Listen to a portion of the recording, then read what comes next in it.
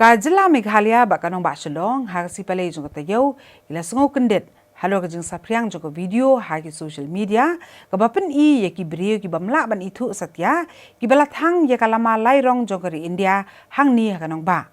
kum kadak ban penpaw kajing bitar halo kajing penslam jung sarkar India ban rai pentri kamno ya ka line permit hakajela.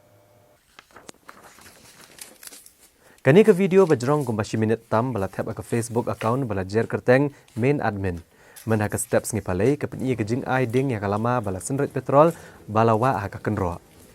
Rengkat bat kene kalama ki don ruki kot leng kedop bahab Ramadan ki berani ki jing tho bakaran lor ke jing ban ben ke jing yo ben ya kirit pat de sarkar India leng baki an baper bala wan ra na kapor sekapor.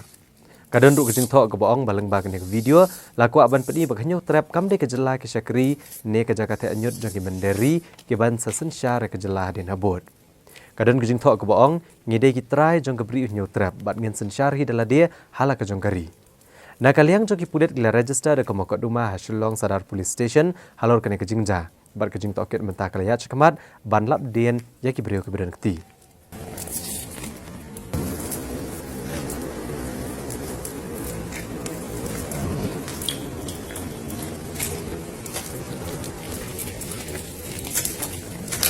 Halor kini ke video nak kaliang menteri rang ba kejelau Konrad Kongkal Sangma uloong ba kini ke jengle kalong ke bamla ban pediang bat ke sarkar kan petikena bari ban kami ki brio ke bedan kti hakane ka kambean bat ukurmen scam baleng ba ke jengdon ki core technology onlap ke bedan kti bat ke sarkar kan petikena bagi brio ke bapeni ya ke jeng bambura me kalama jong kari India kensha penchitam teng Definitely this is unacceptable totally and the government will not let this go easily. The Sumoto case has been filed and technology is very much there to find out who the people are and whatever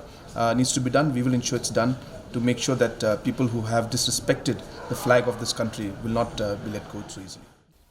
Hakat sini thok diang jong katayo pat ki pulit kenong ba shlong kilalap ek jaka kabalathang ya kalama jong kari kabalapan sapriang leng ba ke Facebook bat ke WhatsApp. Ki pulit kilalap ba ke jing thang ya kalama jong kari kadai ka kenro jong ke Bible Society of India kabadan marjan bat kamadan student hajayau. Ki pulit nak sadar police station rengkat bat ki pulit jong ketenat crime scene unit ki lakmi ibnia bat lum ki sabut ki balayo nang ke jaka ki bakentup ya ki benta basa jong kalama kabalawa ha ka kenro mau. Hadian bagi pulit keladap ban lum kini kisabut layatho bakin sedang ban kemi benia kini kisabut leng baka forensic science laboratory.